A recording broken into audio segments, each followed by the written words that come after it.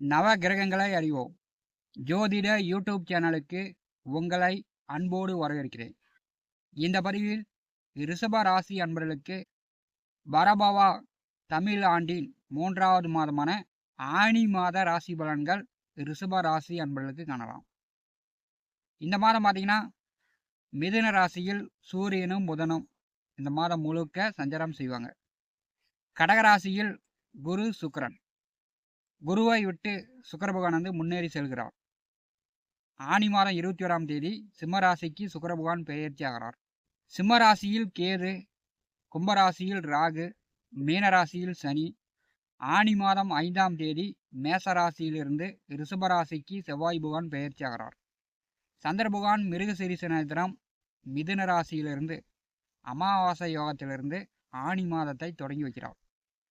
ரிஷப ராசி அன்பர்களுக்கு பார்த்தீங்கன்னா ராசிக்கும் 6ஆம் வீட்டிற்கும் அதிபதியான சுக்கிர பகவான் அஷ்டமாதிபதி ரிஷபராசிக்கு அஷ்டம லாபாதிபதி குருவோடு இணைந்து 3வது வீட்டிலே சஞ்சாரம் செய்து கொண்டிருக்கிறார்.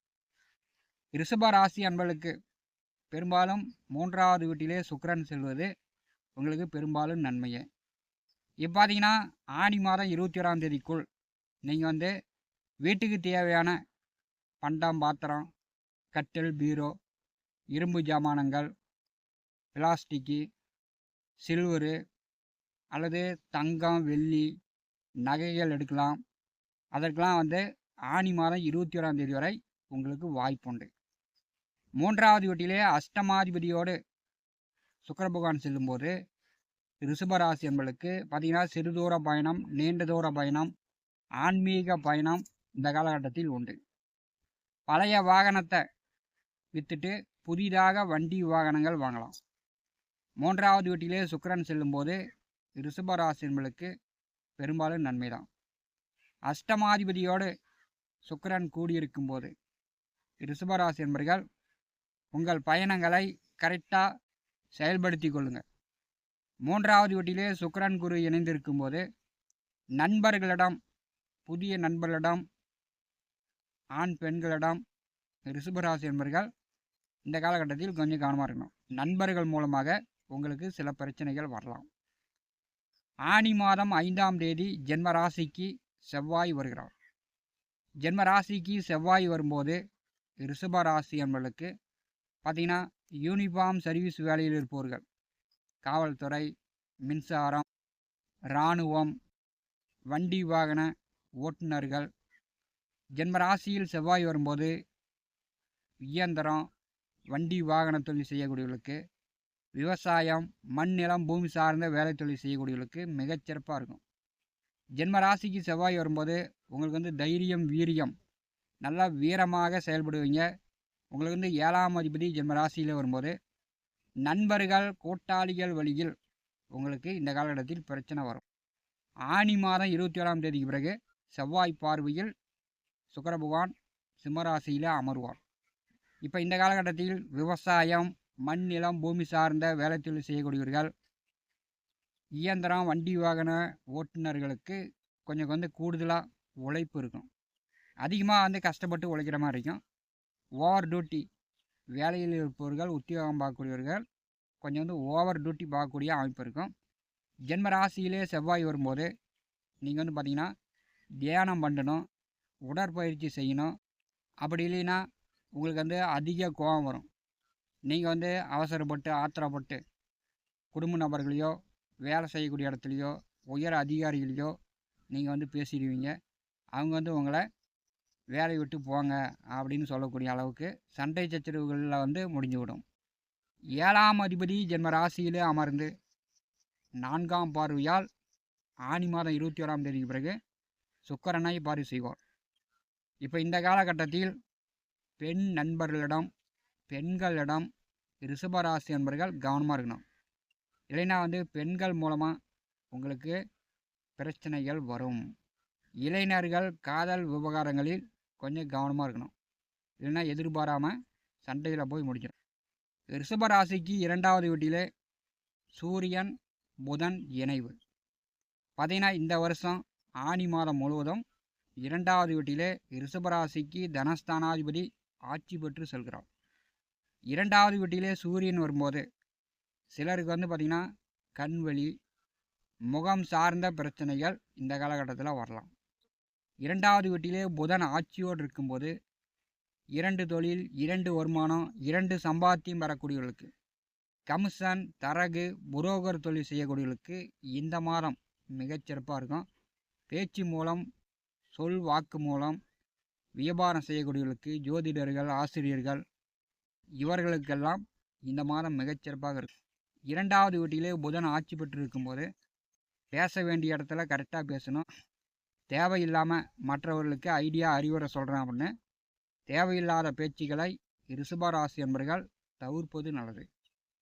2வது வீட்டிலே சூரியன் இருக்கும்போது கண்டிப்பாக குடும்ப உள் விவகார ரகசியங்களை வெளியில் பேசாதீங்க. உங்களுடைய வாய் வார்த்தையின் மூலமே பார்த்தீங்கன்னா உங்களுக்கு வந்து கவலையில் போய் முடிஞ்சிடும். அவர் தேவையில்லாமல் நீங்கள் வந்து மனசை போட்டு குழப்பிக்கிட்டு இருக்க வேண்டியதான். 2வது வீட்டிலே சூரியன் செல்லும்போது பெற்றோர்கள் உடல் ஆரோக்கியத்தில் இந்த மாதம் வந்து கவனம் வேண்டும். சந்திர பகவான் 2ஆம் வீட்டிலிருந்து அமாவாசை யோகத்திலிருந்து மாதத்தை தொடங்கி வைக்கிறார்.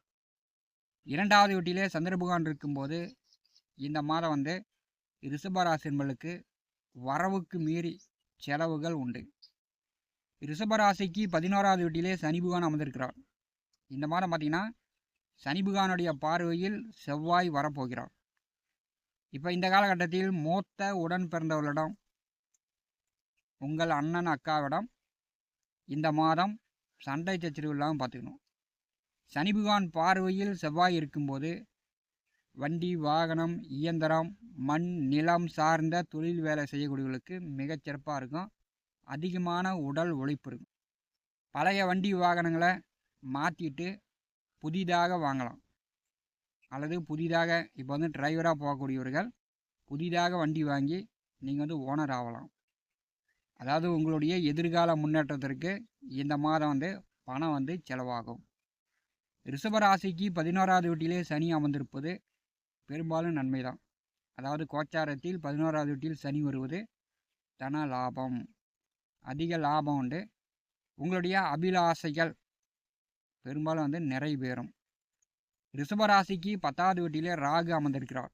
தொழில், ஜீவன, கர்மஸ்தானத்திலே நிழல் கிரகம் ராகு செல்லும்போது இன்னொரு 5 மாத காலம் 10வது வீட்டிலே ராகு இருக்கிறார். குடும்பத்தை விட்டு வெளியில் சென்றவர்கள், அப்பா கிட்ட கோச்சிக்கிட்டு, உடன் பிறந்தவர்களிடம் கோச்சிக்கிட்டு, வீட்டை விட்டு வெளியில் போனவர்கள் இந்த ராகு வந்து 10ஆம் வீட்டிலிருந்து அடுத்த வீட்டுக்கு மாறுவதற்குள் நீங்கள் வந்து குடும்பத்தோடு வந்து சேர்ந்து விடுவீங்க. ரிஷபராசிக்கு 4வது வீட்டிலே கேது பகவான் இருக்கிறார்.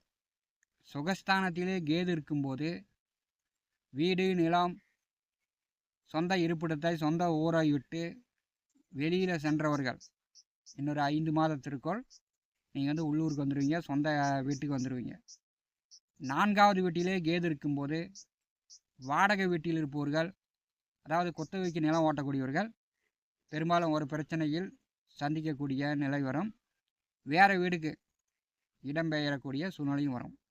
4வது வீட்டிலே கேது இருக்கும்போது தாயாருடைய உடல் ஆரோக்கியத்தில் ரிஷபராசி என்பர்கள் கவனம் வேண்டும். அதே மாதிரி ஆடு, மாடு, கால்நடை, கோழி இந்த வளர்ப்பு பிராணிகளுக்கு அடிக்கடி நோய் நொடி வரும். அதுக்கு வந்து செலவுகள் ஏற்படும். அப்படி இல்லைன்னா வண்டி, வாகனம், கால்நடைகள் மூலம் உங்களுக்கு வந்து லாபம் வராது. ரிஷபராசி அன்பர்களுக்கு இந்த ஆனி மாதம் 3வது வீட்டிலே ராசி அதிபதி செல்லும்போது பெரும்பாலும் பொருள் சேரும். குடும்பத்துக்கு, வீட்டுக்கு தேவையான தங்கம், வெள்ளி, பித்தாளை, சில்வரு, பிளாஸ்டிக்கு, இரும்பு போன்ற ஜாமானங்கள் வீட்டுக்கு தேவையானது வாங்கி வைப்பீங்க. ஜென்ம ராசியிலே செவ்வாய் வரும்போது உங்களுக்கு வந்து அதிக உஷ்ணம், உடம்பில் வந்து உஷ்ணம் அதிகரிக்கும். டென்ஷன் ஆவீங்க, கோவப்படுவீங்க. கோபம் இல்லாமல் பெண்களிடத்தில் இந்த மாதம் கவனமாக இருப்பது ரிஷபராசி என்பதற்கு நல்லது. நவ கிரகங்களை அறிவோம் ஜோதிட யூடியூப் சேனலில் தினந்தோறும் ஜோதிட பலன்கள் பதிவிடப்படும். நம்முடைய சேனலை பார்த்து கொண்டிருக்கக்கூடிய அன்பர்கள் சப்ஸ்கிரைப் செய்து கூடவே இருக்கின்ற ஆல் பட்டன் அழுத்திங்க. நன்றி, வணக்கம்.